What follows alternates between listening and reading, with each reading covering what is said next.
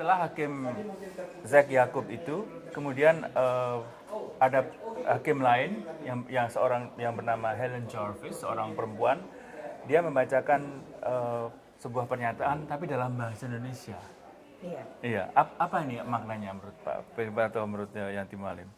Mungkin diceritakan dulu.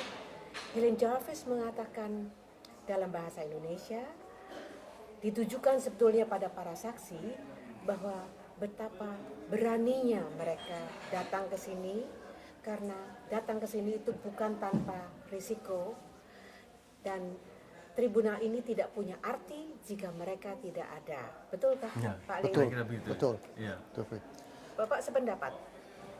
Saya sependapat dan saya rasa juga mereka ya sudah selama hidupnya sudah merasakan bahwa tertinggal dan sebagainya. Dan sekarang mereka seperti orang bebas. Bebas mereka. Bisa bicara dan akan bicara.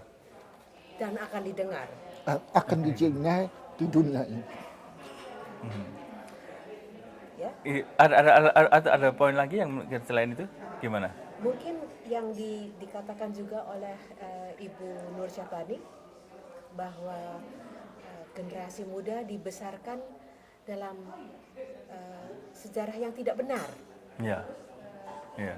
Jadi mereka juga punya pandangan yang selalu tidak mencerminkan kenyataan yang sebenarnya gitu. Ya, saya kira itu. Nah, sekarang sesudah Helen Jarvis berterima kasih kepada para saksi, dan itu khusus sekali karena ucapannya diucapkan dalam bahasa Indonesia pidatonya. Kita beralih ke ketua hakim yaitu Zack Yaqub yang dari Afrika Selatan dan buta. Dia didampingi oleh putrinya sebagai penunjuk jalan dan kontak dengan yang lain-lain. Dia mempersilahkan ketua jaksa yaitu Todung Mulya Lubis untuk berpidato. Pidatonya saya kira juga menyinggung soal ketakutan ini di Indonesia yang orang masih ragu-ragu apakah ini bisa dibuka atau tidak, dan itu merupakan risiko besar, Pak Peter Paul Lilifat, untuk mengangkat peristiwa 65 ini di pentas internasional. Tentu saja bahwa masih ada kekuatan-kekuatan lama yang di dalam sesudah reformasi masih sekarang kuat sekali dan lebih kuat lagi saya rasa. Dan ya tentu saja mungkin ya, apa yang terjadi dalam minggu-minggu yang lalu itu di Indonesia ya terakhir. Itu Tidak terjadi lagi maksudnya. tidak terjadi lagi. Saya harap ini semacam ya symbolic politics. Oke. Pak Leni mengamati perkembangan dan mengikuti perkembangan hak asasi manusia di Indonesia sudah lama ya. Apakah ada perubahan menurut Bapak?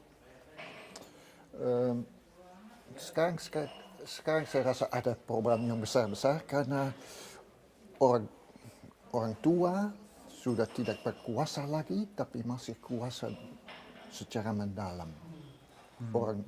Orang muda sekarang terbuka.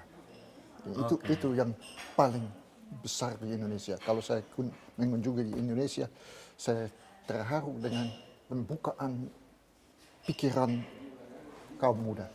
Oke, jadi kaum muda lebih terbuka pikirannya dibandingkan dengan generasi tua. Ya. Walaupun menurut Pak Peter Paul Van Lilifat, Indonesia generasi tua masih tetap berkuasa ya, berpengaruh gitu ya. Ya masih Berpengaruh ya. Masih. Oke.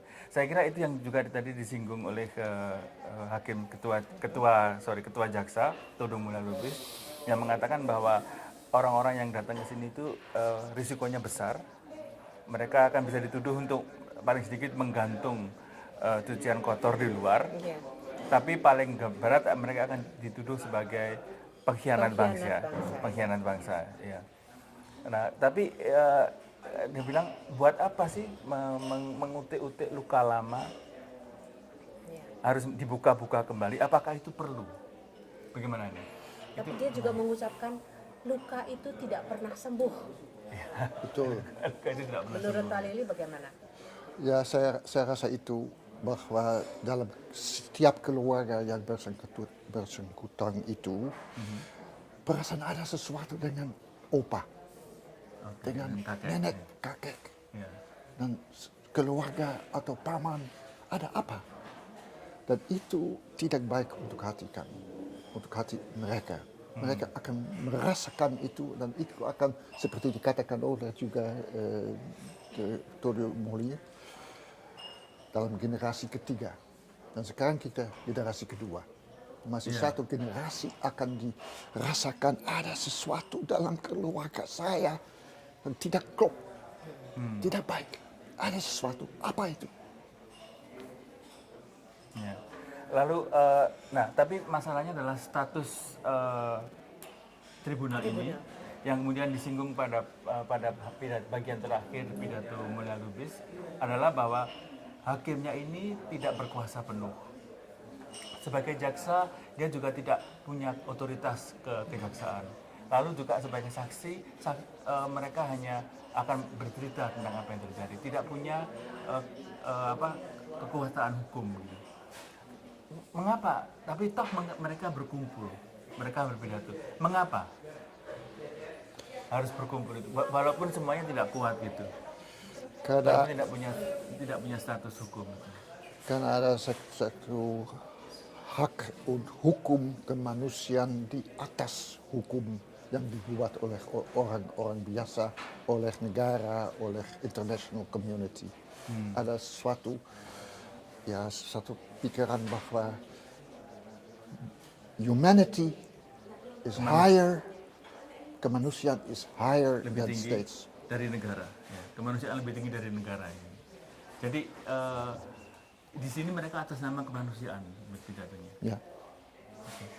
Pada akhirnya, kalau tribunal ini selesai akhir minggu ini, menurut Pak Lely akan apa impactnya terhadap Indonesia dan di dunia internasional?